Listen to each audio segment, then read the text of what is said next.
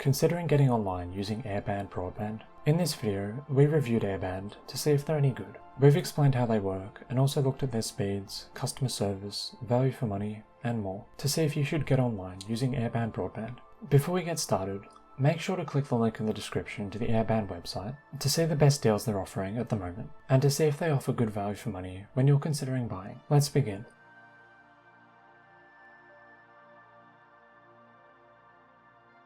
So the unique thing about Airband is they offer fibre broadband and wireless broadband access. They offer full fibre packages with a download speed of up to 900 megabits per second, and in other remote areas without fibre access, they offer a fixed wireless broadband service with speeds of up to 400 megabits per second in some areas. All of their plans, whether you buy wireless or wired broadband, come with a 24-month contract. And there's no mid-contract price rises either. While many other providers like BT hike their prices every year, even if you're in contract, Airband doesn't do this, which is nice. For both of their different types of service, Airband has their own network, so their coverage around the UK is limited to certain areas. Airband mostly focuses on helping the countryside get online, using their wireless network in particularly remote areas. Most of their coverage is centred around the southwest, including Plymouth and Exeter, going all the way up towards Barnstaple and Exmoor National Park. But they also have some coverage around Oxford and Reading, as well as around Hereford, west of Wolverhampton, and between Chester and Stoke-on-Trent. Like most other independent broadband providers, Airband doesn't really offer much in the way of extras or benefits, or add-ons you can choose to include. They're mostly focused on just offering fast broadband, but you can get a home phone service, which is nice.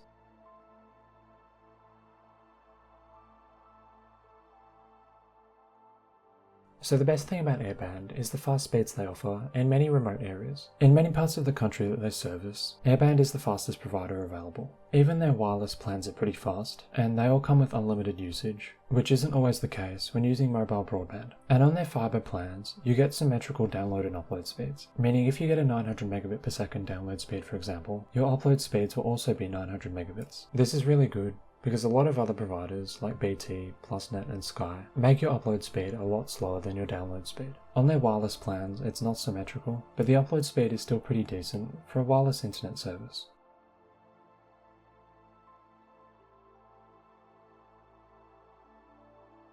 The second good thing about Airband is their value for money. Given the areas they service often don't have many broadband options available, their monthly costs are very reasonable, especially at the beginning of the contract. It is worth noting though, they do increase these prices later on into the contract. For example, on 900 megabits per second, this eventually becomes £55 a month, which is fairly expensive, but it's not crazy unreasonable. And it's offset by the fact that they don't increase their prices every year in line with inflation, like Virgin Media, BT, and other providers do. As an average over 24 months, this price is pretty reasonable, and it's the same on their wireless plans. Given the download speeds on offer, and the fact you get unlimited usage, these prices are pretty fair. Just this 40 megabit per second plan is a tiny bit expensive. Remember, click the link to the Airband website in the description to see what prices they're offering at the moment, and to see if they still offer good value for money. Also, in the description, we've linked to the 3 5G hub. This is a 5G router that comes with an unlimited data SIM card and offers similar download speeds to Airband's fastest plan, just the monthly cost is a lot lower. So make sure to click the link to the 3 website in the description to see if you can get the 5G hub at your address before you buy from Airband. And if you live in a remote area without 5G signal, at that link, 3 will just redirect you to their 4G hub product, which again is cheaper than Airband's 4G plan. So make sure to click the links in the description to see which provider offers the best prices when you're considering buying, and to see what options you have at your address.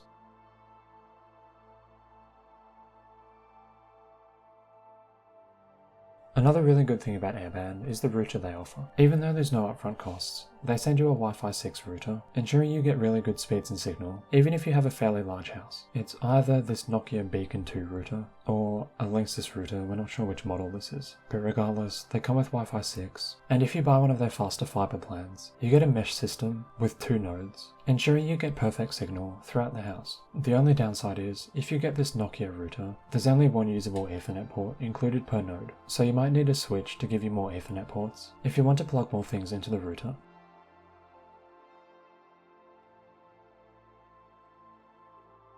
The main downside to Airband is their limited availability. Unless you live in Devon or around Shropshire or around Oxford and Reading, you probably can't get Airband at your address. They don't have that many addresses covered compared to big fibre networks like Virgin Media, Openreach or Community Fibre. To check whether you can get Airband Broadband at your address, make sure to click the link in the description, then just put in your postcode up here and see if you can get their wired or wireless broadband service at your address. And if you can't get Airband at your address, click the other link to the 3 website to see if you can get their 4G hub or 5G hub product where you live.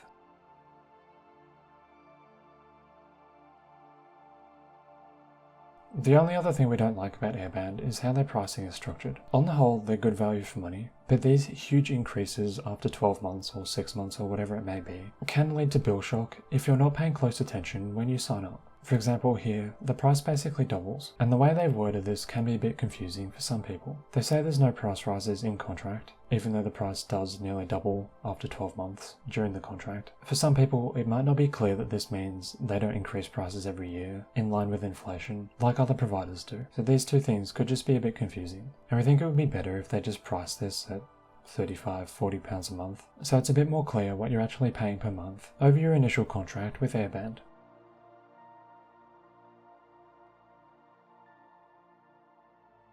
So is Airband's customer service any good? So normally, to look at this, we look at Ofcom data, but Airband isn't big enough yet to be included in Ofcom customer service surveys. So we've had to dig around online to see what customers are saying. In general, we think Airband's customer service performs pretty well. They have a bit of a tough job because getting set up with Airband wireless can be a bit tricky. Rather than just getting the router, putting in the SIM card and turning it on, like you do with the 3 5G hub and 4G hub, Airband needs to install an antenna on your house to make sure you get the best possible signal. And before they do this, they've got to complete a survey. So you've got to book this in and then book in the final installation. And generally, although it's a bit complex, this process goes smoothly for most customers. While some people do have issues, Airband does put a lot of effort into this, and there's some really glowing reviews about the installation process on their Trustpilot. The complaints they are getting are mostly about dropouts. We think some of these are just because of the nature of wireless broadband, and it can be prone to interference from the weather and that sort of thing, which is why Airband tends to get a few of these complaints. Normally, they do respond to these reviews though, which is good to see. And we don't see any patterns in their complaints about their support team not being helpful when you get in contact with them. The team is UK based and seems to do a pretty good job when customers do have issues, and they seem to be pretty responsive as well. So overall, while they're not perfect, we think Airband's customer support is pretty good overall.